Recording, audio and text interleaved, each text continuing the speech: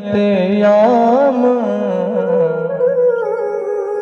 प्रियाया भेरु भामिनी।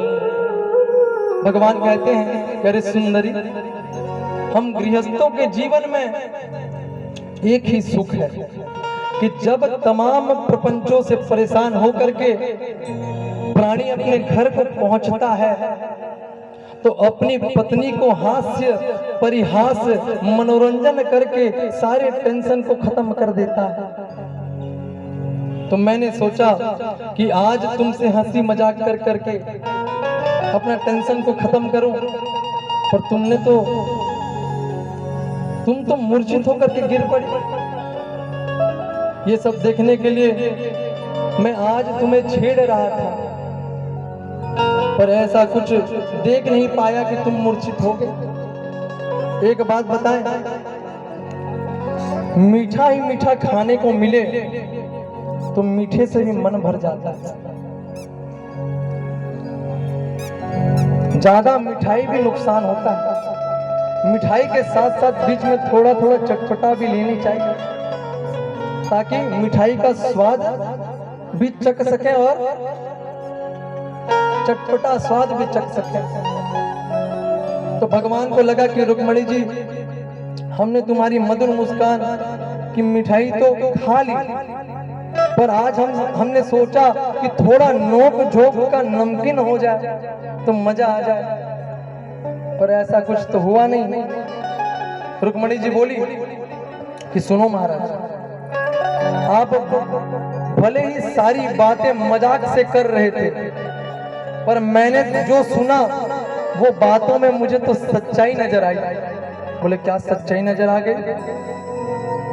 इतना सुनते ही भगवान जोर जोर से हंसने लगे।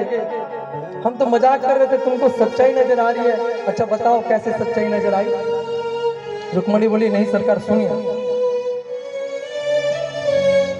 ये मैंने नहीं कहा कि ये आप कह रहे हो, पर बात बिल्कुल सही है कि आपके अंदर कोई गुण नहीं है। भगवान बोले अच्छा, तो सिद्ध करके बताओ कि मेरे भीतर कोई गुण है नहीं है। बोले रुक्मणी जी सुनो, मैं सिद्ध करती हूँ, प्रकृति 3 गुणों में व्याप्त है। कौन से गुण? सतो गुण, रजो गुण और तमो गुण। तीनों गुणों से ही संसार भरा पड़ा है। पर प्रभु, आप ये तीनों गुणों से परे हैं, इसलिए संत आपको निर्गुण कह करके पुकारते हैं। भगवान सुन करके गदगद हो गए। मैं कहाँ मजाक की बात कर रहा था, रुक्मणी ने तो आज सच्चाई ही बता दी। अरे वाह रुक्मणी, तुमने तो हमारे सारे शब्दों का भावार्थ ही बदल दिया। अच्छा, हमने तो ये भी कहा था कि हमारे मैया बाप का भी कोई पता नहीं है। बोले ये भी सही है। बड़े बड़े ऋषि मुनि वेद मंत्रों के माध्यम से आपका वर्णन करते हैं, अंत में नेति नेति कह करके पुकारते हैं और आपको नहीं जान पाते हैं। प्रभु, जब आपको ही कोई समझ नहीं सकता तो आपके माँ बाप को कौन समझ सकता है? आपको जानना ही संभव नहीं है। अरे आप ही तो सबके मैया बाप हैं, तो आपके मैया बाप कौन हो सकते हैं? सारे संसार के माता पिता आप हैं, भय प्रकट कृपाला। देखो, एक होता है जन्म और एक होता है अवतार। अवतार और जन्म में बहुत अंतर है। देखो, जन्म तो हमारा और तुम्हारा होता है माँ के गर्भ से, पर भगवान का जन्म नहीं होता। भगवान अवतार लेते हैं, अवतरित होते हैं, प्रकट होते हैं।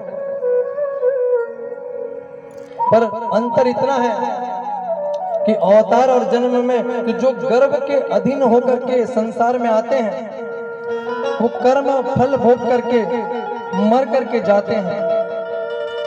इसे जन्म मरण कहते हैं। और जो अपनी मर्जी से आता है और अपनी मर्जी से जाता है, उसको अवतार लेना कहते हैं, उसको प्रकट करना है।